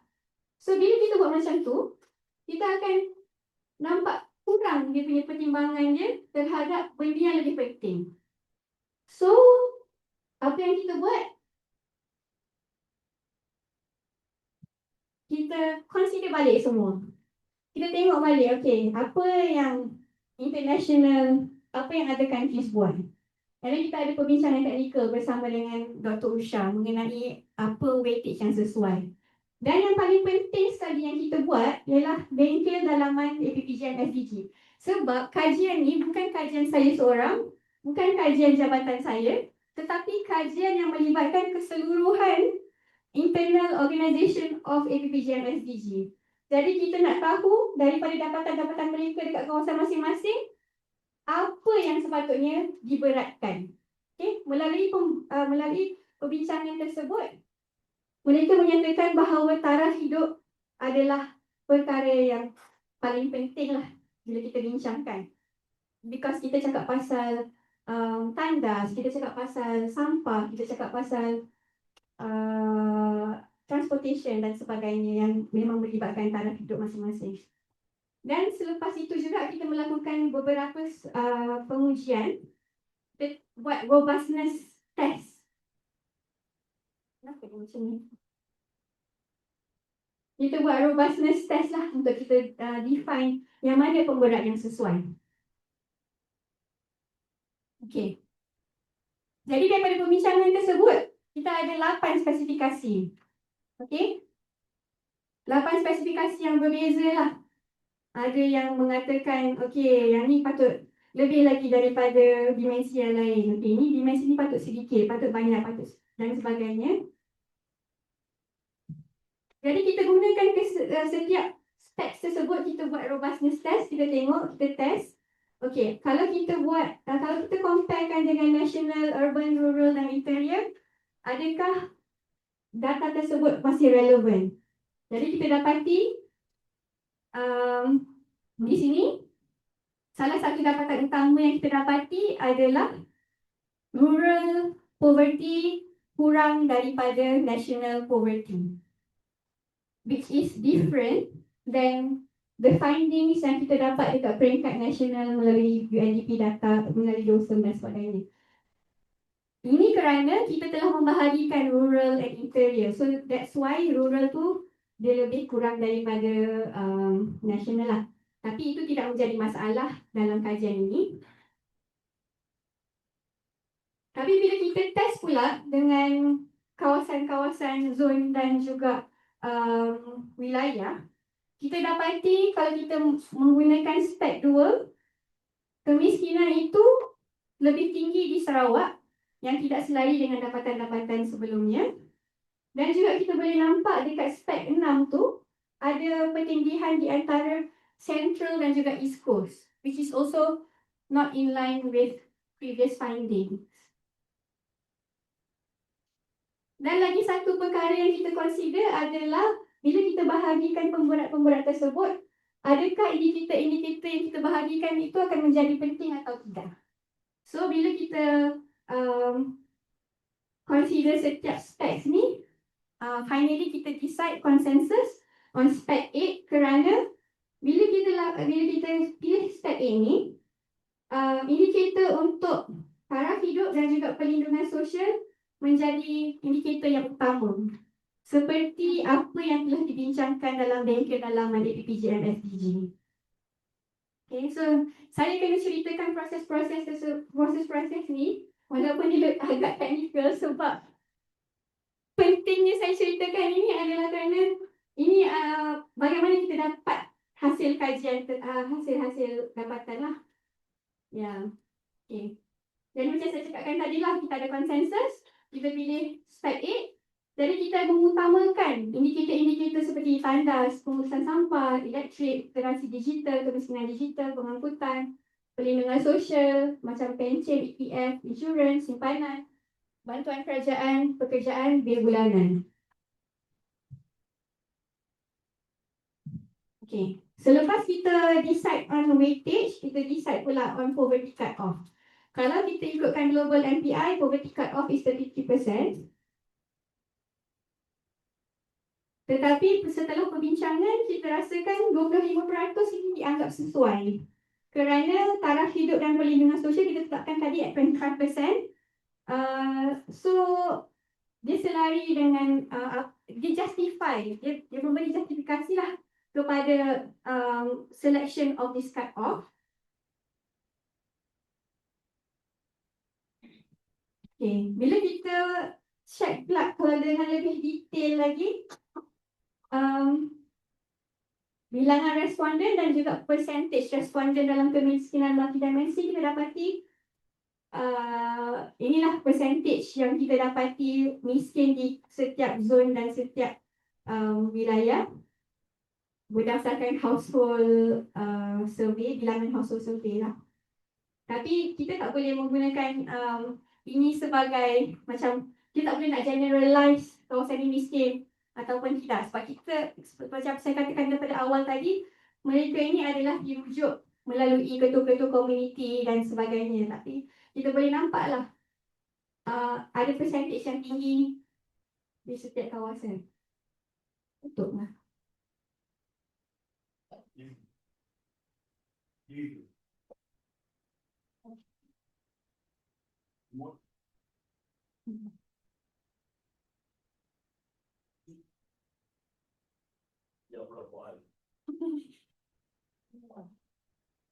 Apa dia?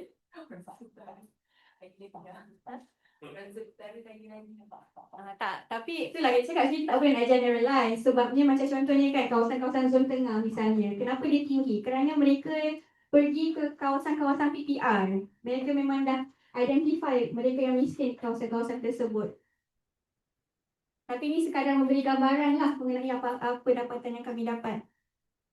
Yang ni pula berkaitan dengan negeri. Yang ni pun kita tak boleh nak generalize. Tapi apa yang selari dengan dapatan-dapatan sebelum ni adalah Sabah dan Sarawak sebagai kawasan yang melalui dapatan kajian kami agak tinggi lah kemiskinan multidimensinya.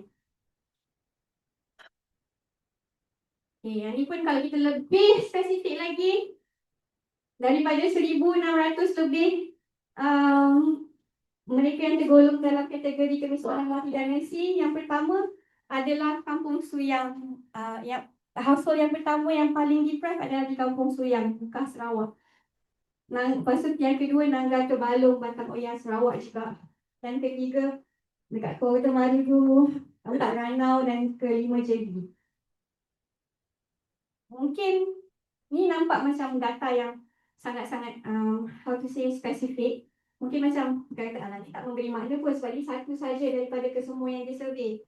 Tapi kalau kita tengok satu persatu apa yang mereka deprive, kita boleh tengok dari segi polisi apakah yang patut diimprove dekat kawasan tersebut. Walaupun ini nampak macam satu saja kan, tapi inilah perkara yang kita nak lihat daripada dapatan kita sebab kita memang bergerak berdasarkan local context. Kita nak faham local context, so apa lagi yang kurang, apa lagi yang perlu diberi perubahan. Ini secara keseluruhan lah kalau dari segi statistik. Okay. MPI dikira melalui head count times intensity. Dan you akan dapat unit MPI tersebut lah. Okay. So yang ni kita bahagikan mengikut national, urban, rural, interior, central, east coast, north, Sabah, Sarawak, south. Jadi kita boleh nampak lah dekat MPI ni, interior ni yang paling tinggi dan juga Sabah dan Sarawak antara semua region yang paling tinggi.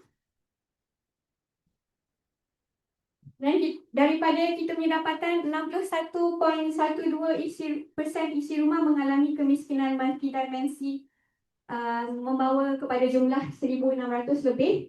Jadi kalau kita nak tengok daripada per 10 orang, 6 daripada 10 orang yang kita interview dikategorikan sebagai miskin multidimensi. So intensiti kemiskinan adalah 36.2%. Maksudnya ini adalah purata deprivasi yang dialami oleh setiap household. Okay. MPI national is 0.221. Kalau kita nak bandingkan dengan national MPI berapa 0.02 ya Dr. Usha, which is significantly higher. Tapi kita kena go back to understanding how we got the sampling at the first place lah. Kita memang jumpa dengan mereka yang ada potensi untuk terpinggir. Kawasan pedalaman macam saya cakap tadi, interior merekodkan tahap kemiskinan multidimensi tertinggi dan Sabah mencatatkan tahap kemiskinan multidimensi tertinggi antara semua wilayah. Okey, yang ni kalau kita ikut indikator lah. 5 deprivasi terendah adalah kehadiran sekolah rendah, tandas, kehadiran sekolah menengah, pertumbuhan kanak-kanak, ketinggian orang kurang payah. Macam Dr. Usha cakap tadi, kalau hasilnya adalah terlalu rendah, dia mungkin tidak sesuai dijadikan sebagai indikator. Tetapi yang tu nanti saya akan discuss lah balik apakah refinement yang kita boleh buat dalam MPI ni. Tapi apa yang kita boleh lihat adalah 5 deprivasi tertinggi di mana polisi mungkin perlu difokuskan kepada perkara-perkara tersebut. Yang pertama contohnya insurans. Yang paling tinggi insurans, kebanyakan isi rumah tidak mempunyai insurans hayat ataupun insurans medical, simpanan dan aset, perlindungan sosial, jumlah tahun persekolahan ni pun kita akan refine balik kerana apabila kita berbincang dengan Dr. Usha, mungkin cara kita bertanyakan soalan tu adalah terlalu rigid lah.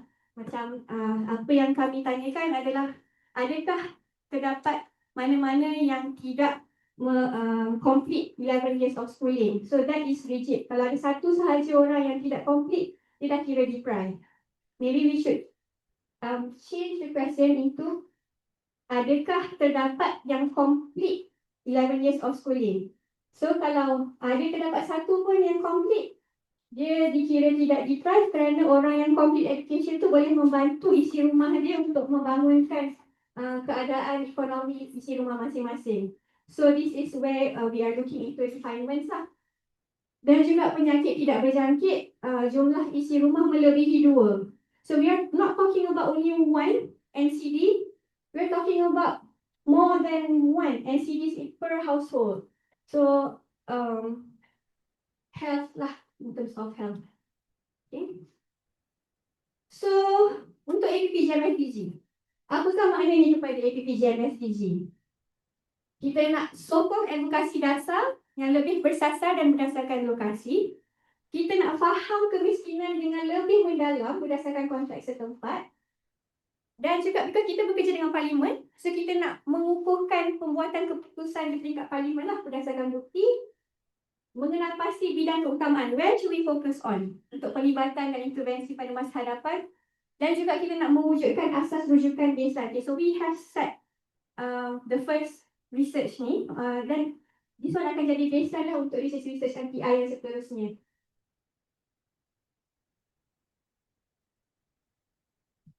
Okay, impact kajian. Ini antara impact utama lah daripada kajian kami. Yang pertama, kita memang memperkukuhkan pemahaman multidimensi. Kita ada banyak perkongsian mengenai apa yang kita dapati di berdasarkan kajian ini. Kita nak memposisikan MPI sebagai alat analisis pembangunan tempatan. Okey. Nak mencetuskan juga perbincangan nasional mengenai kemiskinan multidimensi. Sekarang ni pun kita dah alhamdulillah tercetus dengan kehadiran Dr. Usha yang membantu dan juga yang memang terlibat dalam pengukuran MPI nasional. Kita nak membina kapasiti penyelidikan MPI tempatan. So kita ada LCLC lah, kita nak membina kapasiti LCLC dalam penyelidikan MPI tempatan. Memperluas penglibatan dan kesedaran awam, di mana yang sana-sana pun ada berminat untuk membangunkan program ilmu hasanah daripada hasil dapatan yang kita ni. Dan juga kita menterjemahkan dapatan daripada kepada tindakan komuniti. So apa yang kita dapat daripada kawasan tu, kita nak terjemahkan in terms of action. Maksudnya dia tak berhenti sampai sini sahaja. Kita akan teruskan. Contohnya, okay, ni saya nak bagi contoh sebab ni bahasa fresh lagi dalam fikiran saya. Jadi saya nak bagi contoh lah, okay? Menterjemahkan dapatan kepada tindakan komuniti. So salah satu daripada perkara yang telah dibincangkan dalam program Wajah-Wajah Kemiskinan adalah mengenai tandas. Macam memang ada banyak debate lah berkaitan dengan tandas. Kata tandas ni patut kira deprive ke tak deprive ke. Dan salah satu perkara yang diorang bincangkan masa dalam program tu adalah berkaitan dengan tandas terbang. Tandas terbang tu apa? Tandas terbang tu masuk plastik buang. Ni banyak terdapat di kawasan di pedalaman Sabah. Okey, jadi setelah berbincangan dengan tim Sabah, kita telah pilih Pulau Tigabu ni. Kenapa Pulau Tigabu kita pilih? Kerana Pulau Tigabu ni merupakan pulau yang jauh daripada mainland. Jadi memang apa-apa dasar ataupun apa-apa yang connection, yang main connection tu susahlah untuk kita dapatkan dekat kawasan tersebut. Okey, ini dapatan daripada Pulau Tigabu tersebut. Okay, ada 132 buah rumah di Pulau Tigabu. 75 rumah sahaja yang mempunyai tandas. Tetapi 30 rumah menggunakan tandas surah. Yang masa time tu kita tak tahu tandas surah tu pergi mana. Dia punya sisa dia kan. 45 rumah menyalurkan pembahan terus ke laut. Okay, kalau tengok kan tandas ni, yang ada nampak langit yang cantik tu, ni adalah tandas yang you boleh dapat view yang cantik lah. Okay, tapi tandas tu goes direct to the sea and they can only use it masa air pasang. So masjid lepas tu tandas awam ada 2 sahaja. Yang ni hasil sokongan daripada pejabat daerah kecil Banggi. Dan kekurangan kemudahan sanitasi ni akan meningkatkan risiko pencemaran laut dan juga kesihatan komuniti sebab diorang menggunakan air telaga.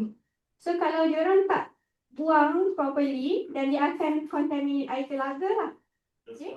And another thing is bekalan air minuman bergantung kepada air botol yang dibeli daripada tanah besar.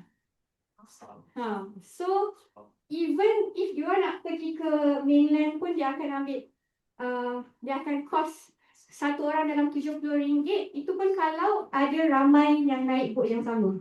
Kalau tak ramai naik bot yang sama, it can go into thousands lah untuk satu bot untuk pergi ke tanah besar. Jadi tu antara perkara yang kita dapat lah.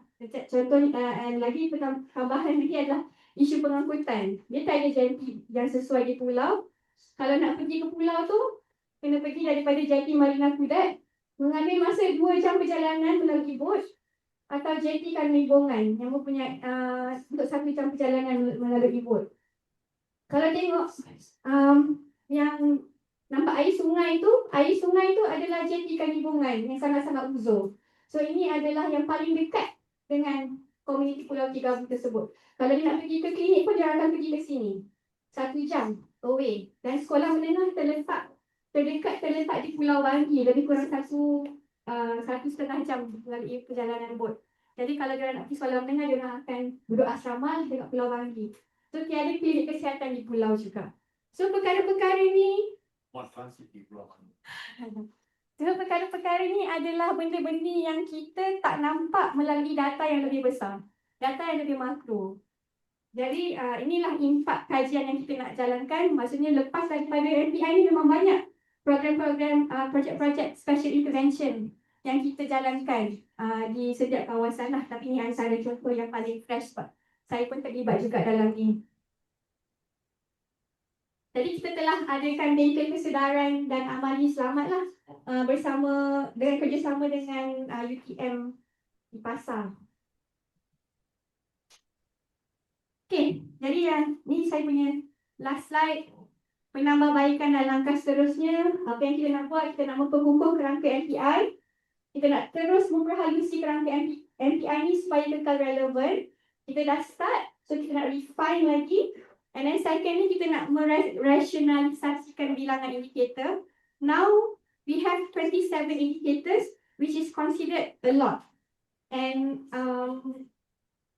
not suitable lah kalau kita nak teruskan lagi. Mungkin kita akan kena combinekan some of the indicators yang kita ada sekarang, macam contohnya persekolahan dan sebagainya, supaya kita dapat optimizekan lagi dapatan-dapatan yang kita dapat. Okay? Kita nak memperkukuh quality indicator. Kita nak kekalkan indikator yang berupaya menyumbang, yang mana yang mungkin tak nampak kesannya kita mungkin boleh remove.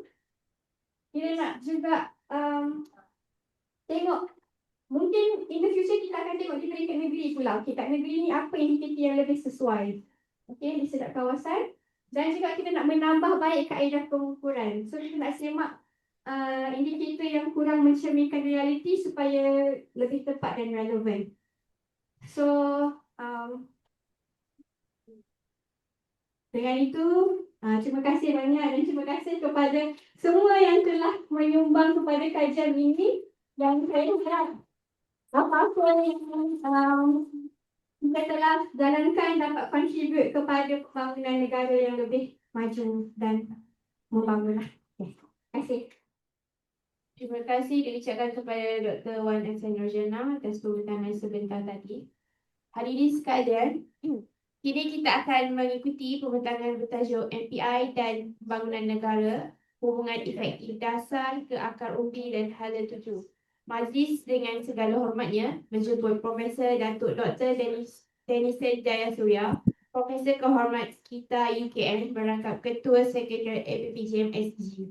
Dengan segala hormatnya dipersilakan. Good evening. Good evening. And it's been a long discussion, already very loaded discussion, heavy discussion. Sebab saya berfikir selepas Dr. Usha, selepas Dr. Fatihah, selepas Dr. Jannah, apa doktor ini nak sebut is the question. Because yesterday they asked me whether I have a set of slides. I said I will listen to you all first and then share something. Dr. Lin has this photo, which was the first meeting that Dr. Usha mentioned about. This was on 9th August 2022, the discussion that we participated. And also I think Dr. Lin did assist in with Jeffrey and others on the Debbie's book and so forth. So thank you very much. Now, I was caught up today in another forum at UKM, so I had to get up very early to read up. Shaza wrote a lot of points for me, Ken wrote points, but end of the day we had to comment on the Madani economy and the issues there. Now, on this book, I think it's a fantastic effort. We should give a hand to the people we heard, Dr. Fatihah, Dr. Jannah. Of course, the man behind the book is Panir, of course, Panir and so forth. Now, I would feel that this is a pioneering work with this work. Because when we went to Dr. Lin, myself, all went to the EPU meeting, at that time they were not interested to revise the indicator at all. We were arguing that the indicators were wrong, it was not capturing and so forth. So that's when we got Debbie to work on this. We created our own indicators by different staff who were doing the mapping. That's how we came to 26. The questionnaire seems long and tedious and analysis of it. And this work came out and the calculations and so forth. I think the presence of Dr. Usha, by the time this book has come out, I would feel has done two things to this document. One is because of Usha's role at the global level at Oxford and all that, it gives some validation that we are not primary school in the book, that we can also match up. That's I think using the global indicators as well as the national indicators that Dr. Usha said. Now, when I first met Dr. Jannah, I think she didn't have much clue of MPI, but the last round when she briefed me after Usha's orientation and what I would call grilling, I I found Dr. Jana was like our expert Yes. on the topic. So I listened to her. I said, Dr. Jana, I got no question about they wanted me to, the weightage to the one. I said, it doesn't matter what weight you use, as long as it's multidimensional and that we can capture deprivation more than income. That was the key thing. So now going through this book and the material, it definitely has captured, because when Panir and all shared with me, I think, one of them who said, call all the LCs, I want to hear the stories. Because all the time on poverty, economists and statisticians put all the charts up and down and all that. And actually the poor are lost in the table. The poor are nowhere to be seen, who they are and what they are in that context. So this study, and I think Dr. Usha's role with EPU and all that might actually help what, I don't know whether you read Professor Philip Alston's report, the UN Special Rapporteur on Poverty. He dismissed the MPI report. He dismissed the PLI and so forth. So it was quite interesting. And EPU at that time reacted to it. But later, when Datuk Mustafa Mohamad became the minister, at that time they changed the poverty PLI and the openness. And Datuk Mustafa texted me, sorry, he couldn't be here today for this. Now, I would say I would just have a few points that I wrote in this book, which was translated either by Fatihah or Jana for me. And that is something actually well described by, I think, Dr. Jana on pages 22 to 29 with the dimensi kemanusiaan. I think Faces of Poverty must not just tell statistics, must tell about the poor. And how do we see the poor? Do we see the poor as powerless and dependent, crying for welfare help, or the poor are resilient? The poor are survivors. Whether you help them or not, they will survive. So what picture do you get of the poor? And I think Dr. Jana writes about the sacrifice of the poor for the children's education. She quotes the example from Branau, where a family actually rents a house and then puts the children in school, near the school, and so forth. And others who have rented boats, all kinds of things with that context. So there are stories that come out, and I feel that should change our picture of the poor. That means the poor are not just tokens of our charity or our handout. The poor have dignity, and Dr. Jana highlights Marua and things like that, which comes out in the book. And I think that is something we should capture.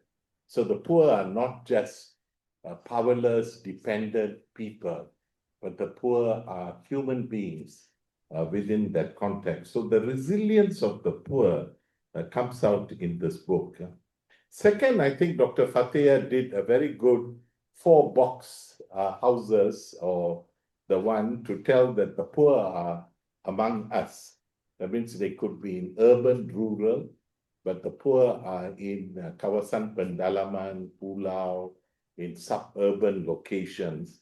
And this is a very important dimension that we need to capture, because the geographical location and the place of the poor is something that is important, that will move beyond race and religion to look at the group. And that's where I think the third point that I highlight is actually the target group. The target group like fishing community, or the informal sector, disabled people, single mothers, farmers, these kind of groups.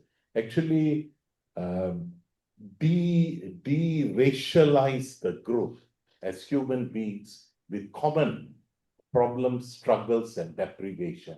Whether you're urban poor in the flats or urban poor in another place, whether you're Malay, Chinese, Indian, you are actually poor in a similar situation.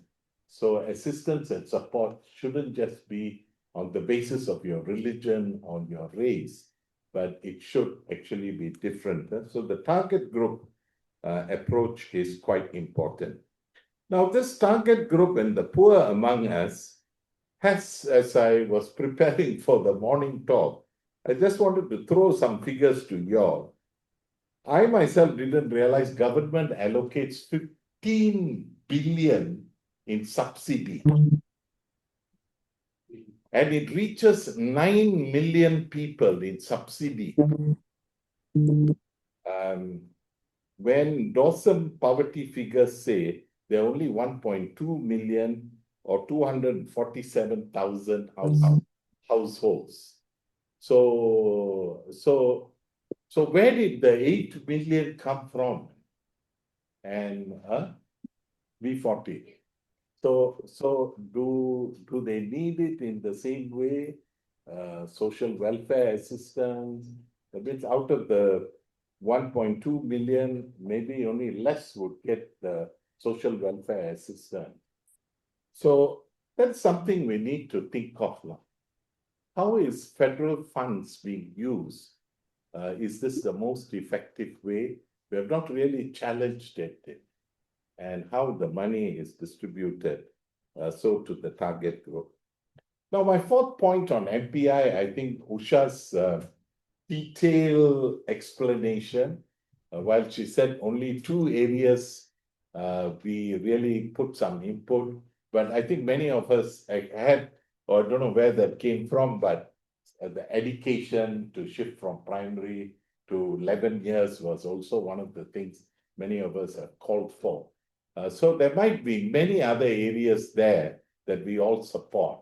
And these are indicators that are helpful to capture deprivation in a better way. And also, I think Jana did in quite extensive highlight our 26, EPU now 21. So we'll have to see where you selaraskan ours with the EPU or modify so that we can compare to the national data and have a few extra if we want in this case. Now, my fifth and final point, I think Usha also made reference to it, but it's something some of us feel that government should use the MPI not just as a measuring tool, but also as a checklist to see whether services are delivered. So a family that has problem with education or in other areas have intervention like toilets and things of this sort in a way that is more humane to live. So the Malaysian context, while we use all this angka, this up and down arrows that Dawson uses on SDG, we have to constantly remember the human side of this, that there must be a minimum standard that we feel all people should live by. That means you must have a house. If you're more than one child, there must be the size of the room, the toilet facility, the place for education, a nutritious meal. So these should become basic requirements, not add-ons to that, so that quality kehidupan becomes a key indicator in that context. So seeing the poor not as a liability, seeing the poor not just as a token of our charity, but seeing the poor as a fellow human being, seeing the full potential of the other person is something. So in your continual studies, which we are now doing, I think this can be a further add-on. So I would feel, Panit, this is one major contribution our secretariat has been, directly to the EPU context, but also directly to the broader knowledge base on poverty and so forth. So we have community-based understanding of development. So what does development mean? So we are gathering data from the ground that redefines it. So in the midst of all political clashes and confusion, don't forget the poor, don't get caught in all the political backfires and so forth, so that we must continuously see the poor as human being, not by the race or religion that they are with or identified with, that we would reach out to all communities, all people, all over. And I think that would be my concluding thought, and I hope this launch of this book as a second part, and of course, Dr. Jana is bringing the more detailed ones on the MPI studies and possibly discussion at the district level as the follow-up. So poverty will be a key theme that we will focus, not just poverty, but human well-being. Because we know many families moved from poverty up the social ladder, social mobility within one generation through education. There are many families such as that, including Jeffrey Chia from where? Pusi. Our Sunway Jeffrey Chia, the place that we visited in Batu Raja or Pusing, the place where he came from. So that's amazing. So with those words, congratulations to the team. Let's give the secretariat a hand. Congratulations kepada all LCs who went out, gathered the data, they came back and submitted results. Thank you to Dr. Usha as well. I'm all done here. So, who are the LCs here? Okay, stand up, stand up. Okay. Very good, very good. Wow, big growth, LC. Yeah, and I hope in the process you learn improved methodology, interview skills, and empathy for the poor. Okay, and Dr. Usha as well, and the whole team. Thank you, and we'll see how till the next book launch or study. Of course, this book now, we rushed this, but the ISBN and the soft copy will be available to all soon, and it will be something worth reading and studying. Thank you very much. Thank you.